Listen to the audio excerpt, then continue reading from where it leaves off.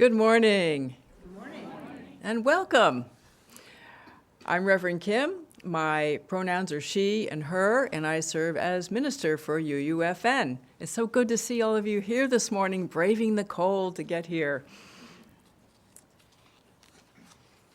This is the morning after the night of the winter solstice. It is a good morning to be together. When winter's darkness spreads across the land and the cold seeps through our thickest coats, we hurry here, drawn by the warmth of faces familiar and new, to the welcoming walls of this house. Here, for this hour, we open ourselves to new understandings, reassurance, and hope. For this is a place where truth, love, and challenge meet. It is a good morning to be together.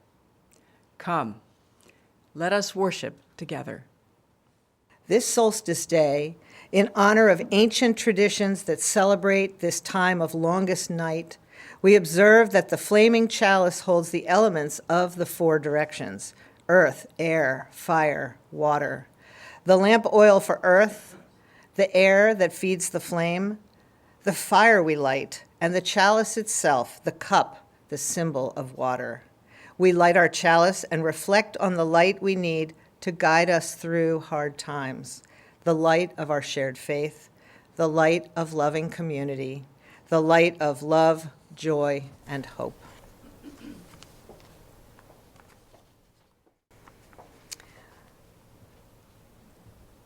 To my left, you see our Advent wreath.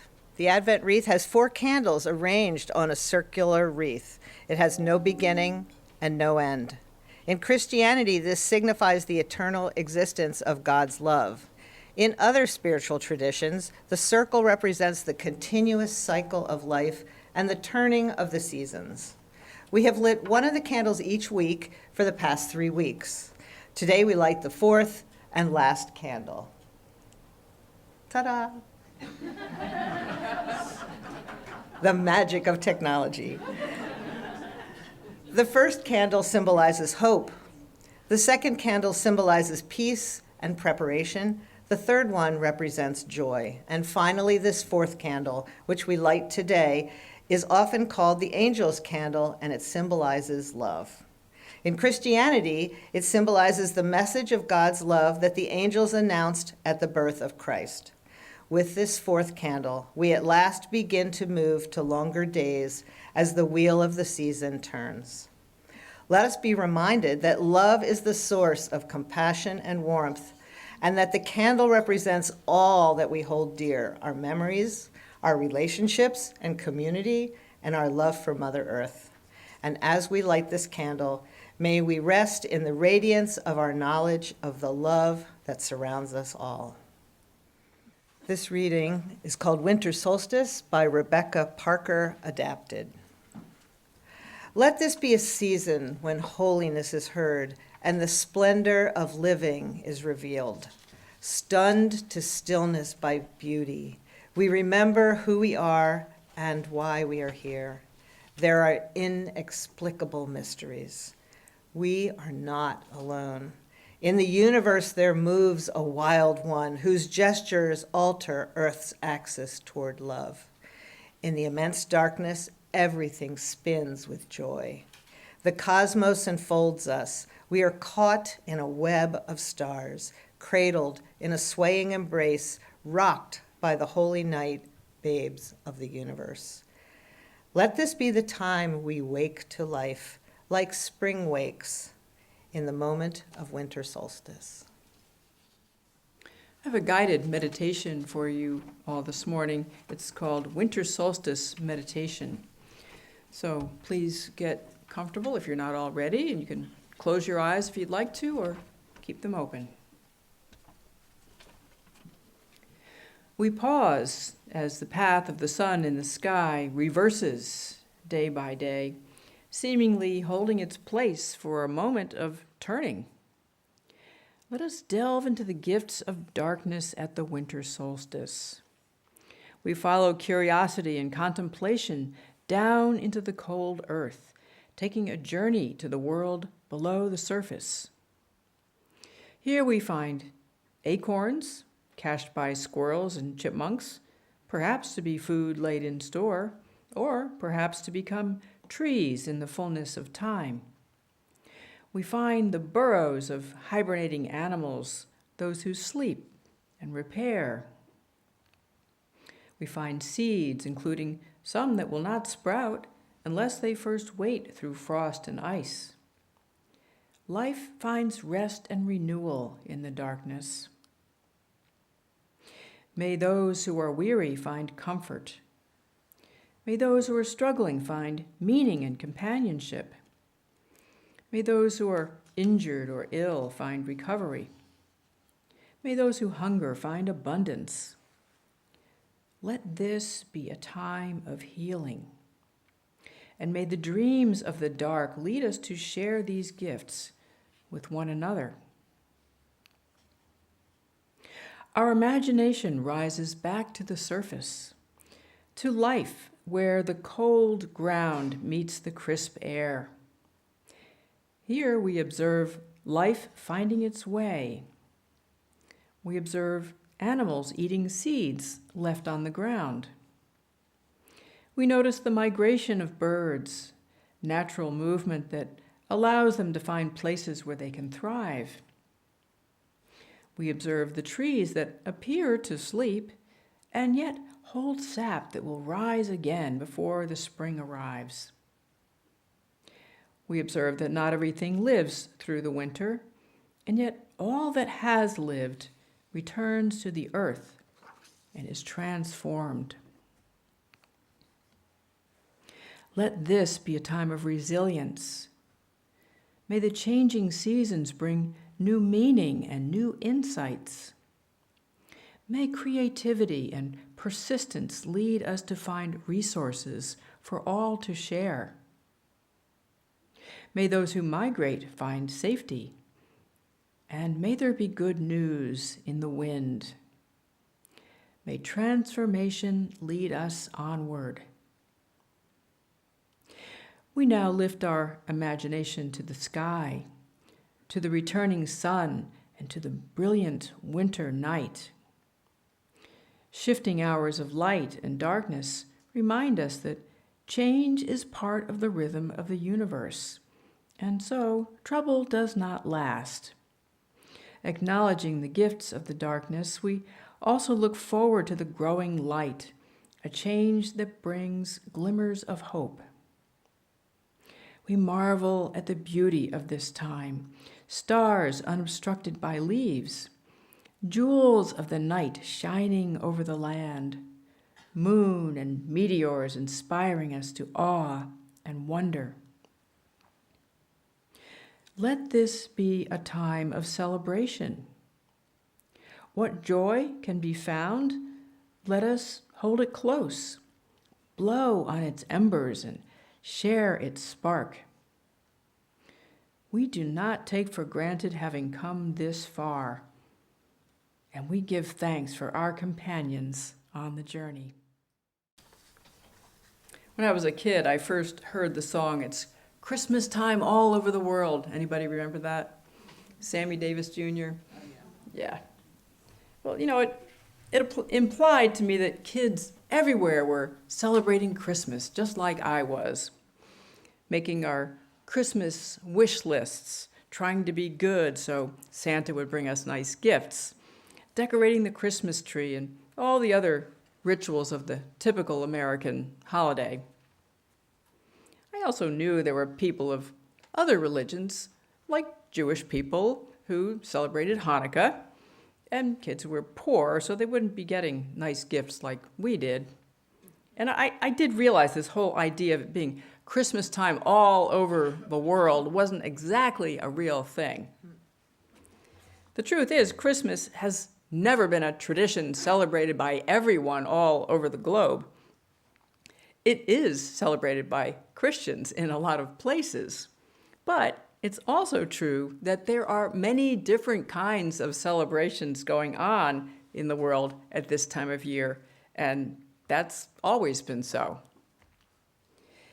In northern regions of the world, there has been, and I guess in the further southern regions of the world, but there's been an almost universal impulse to respond to changes in day length and to celebrate the winter solstice and the return of the light.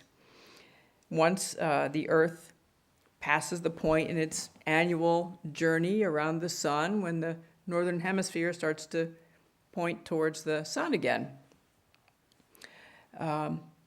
Starting today and continuing for the next 6 months, the sun's path will be a little higher each day, and the sun will just pop up from the horizon a little bit further to the left, and it'll dip down below the horizon just a little more to the right until we get to the summer solstice in 6 months, and then it'll go backwards. Summer solstice always seems to come too soon, doesn't it? But it's 6 months and 6 months. So it's been that way forever, pretty much.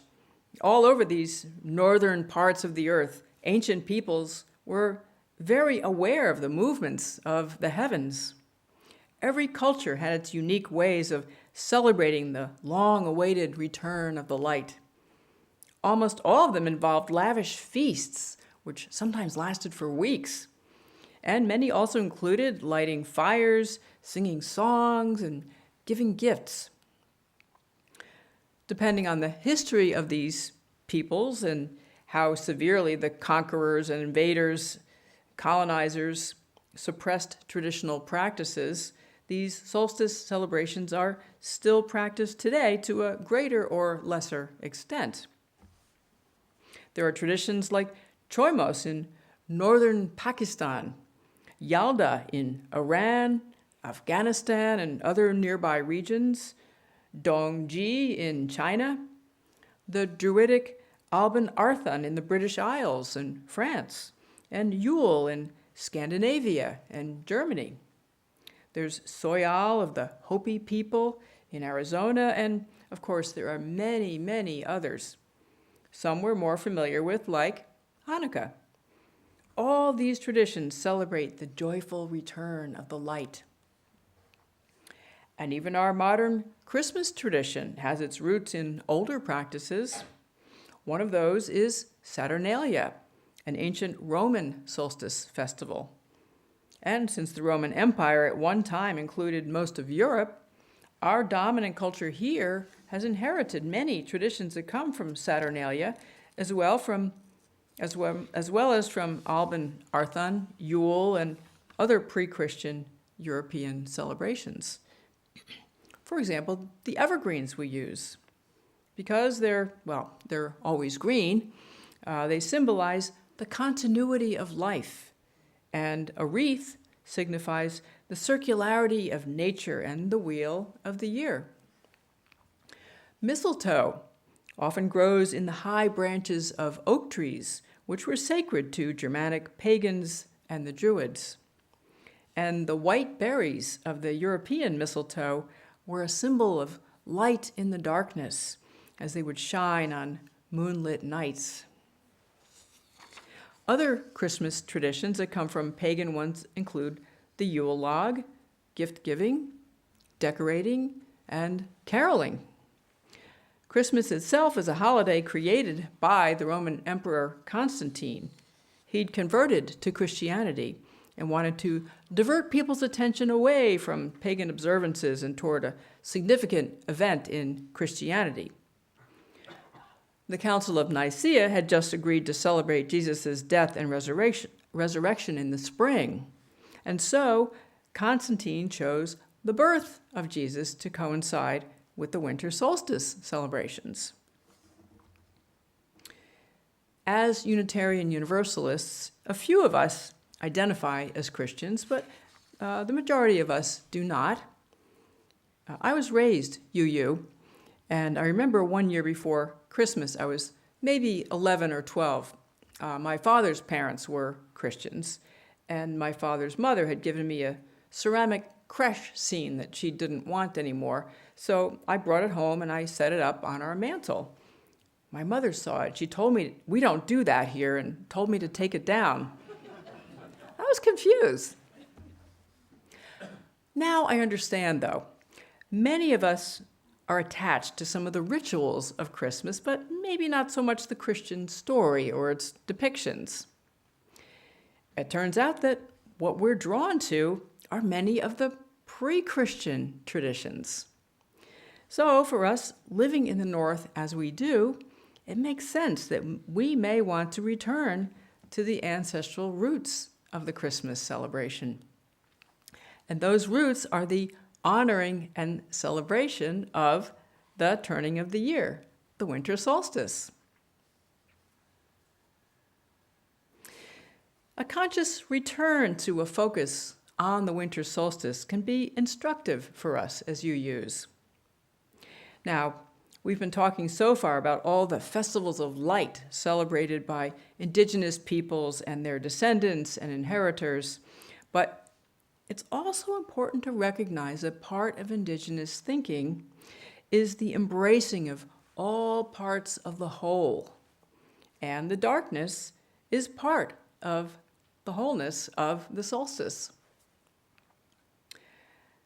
Our recent religious history, looking back to the rise of religious humanism and its belief in human potential, has led us to sometimes emphasize the positive too much.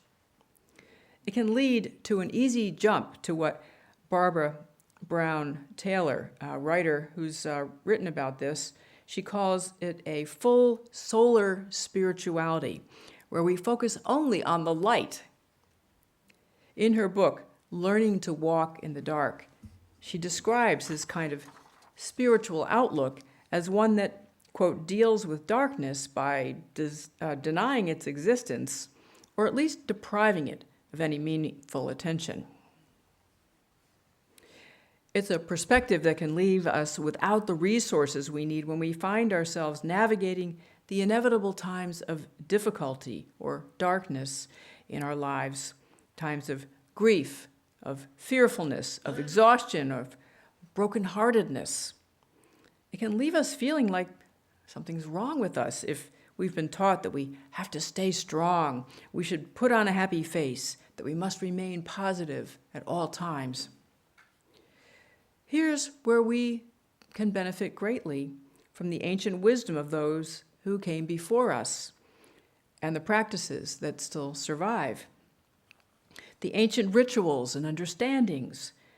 We can help ourselves return to wholeness as we reclaim our relationship with the cosmos, as we honor the natural movements of the celestial bodies, as we honor the ebb and flow of the natural world, as we honor the natural rhythms of our own lives. Whatever the nature of our experiences, whether joyful or sorrowful, we can take our cue from the nature all around us and the motion of the earth itself. For us as humans, the dark night of the soul is something to embrace as much as we would like to avoid it. Rather, the dark night within us is absolutely necessary for our spiritual transformation, from grief to acceptance, from panic to resolve, from hopelessness to resilience. There are many journeys, but they almost always lead to wisdom if we allow them to. So, let us celebrate the darkness too, even as we celebrate the return of the light, because we need both. I'd like to end this reflection with these words from Patricia Montley. They've been slightly adapted. During this solstice time, value the dark.